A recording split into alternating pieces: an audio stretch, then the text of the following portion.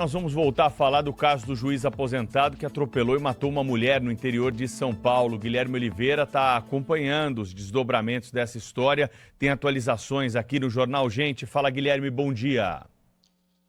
Tudo bem, Pedro? Bom dia para você, para os colegas de bancada, para quem nos acompanha no Jornal Gente da Rádio Bandeirantes e da Band News TV. Foi velado e sepultado neste fim de semana o corpo da Thaís Bonatti, de 30 anos, mulher que infelizmente foi atropelada, não resistiu aos ferimentos e morreu na cidade de Araçatuba, no interior do estado. Ela que estava de bicicleta, caminho do trabalho, quando foi atingida pelo carro do juiz aposentado de 61 anos, Fernando Augusto Fontes Rodrigues Júnior. Ele que aproveitou a boate de quarta para quinta-feira, aproveitou a vida numa boate, ingeriu bebida alcoólica e resolveu pegar no volante, mesmo sabendo de todas as ilegalidades, já que é um juiz aposentado.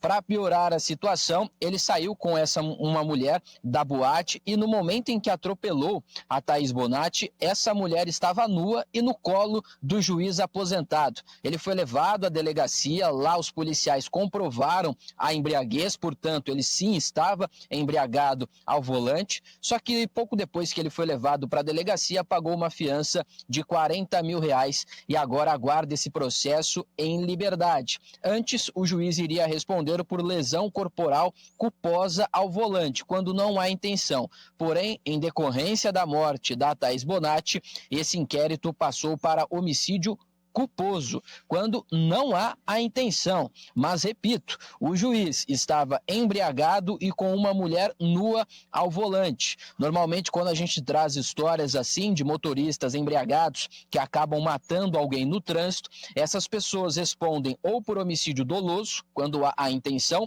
ou com dolo eventual, quando se assume o risco daquele crime, daquele delito. Mas nem isso aconteceu com o juiz aposentado de 61 anos, repito todo o nome dele, Fernando Augusto Fontes Rodrigues Júnior. Esse caso está em segredo de justiça, então a gente não consegue muitas informações, mas o que a gente também já conseguiu apurar é de que esse juiz recebe, na verdade, R$130 mil por mês com a aposentadoria compulsória dele, ou seja, a fiança de 40 mil não é nem um terço do que esse juiz aposentado recebe por mês, pessoal.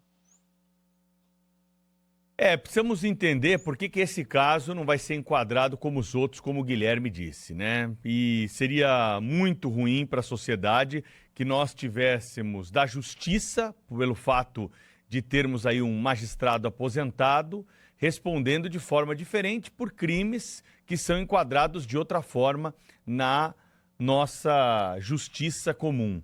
Então, é preciso entender por que houve esse tipo de ajuste. Nós sabemos que o homicídio culposo ele tem uma pena menor do que qualquer modalidade do homicídio doloso e a diferença que nós temos desse caso para outros casos muito semelhantes. Os crimes de trânsito, eles muitas vezes, eles têm essa peculiaridade, né?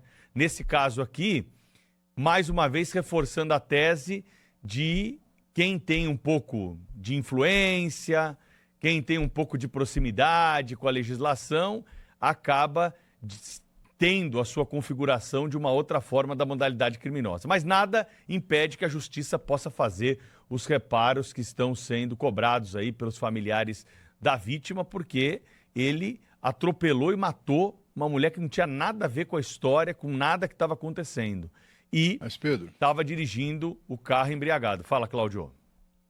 Pedro, os sinais são péssimos, né? É claro que a gente espera que a justiça reoriente, digamos assim, esse caso, mas os sinais são muito ruins, né? Sinais, inclusive, de corporativismo, na medida que torna um crime de ação pública, não é, com inclusive um atropelamento seguido de morte, etc. e tal, colocar isso sob segredo de justiça. Qual é a explicação? É para proteger a identidade do juiz ou é para esconder da opinião pública os aspectos mais sórdidos desse crime? É muito ruim isso, né? Que país é esse, né?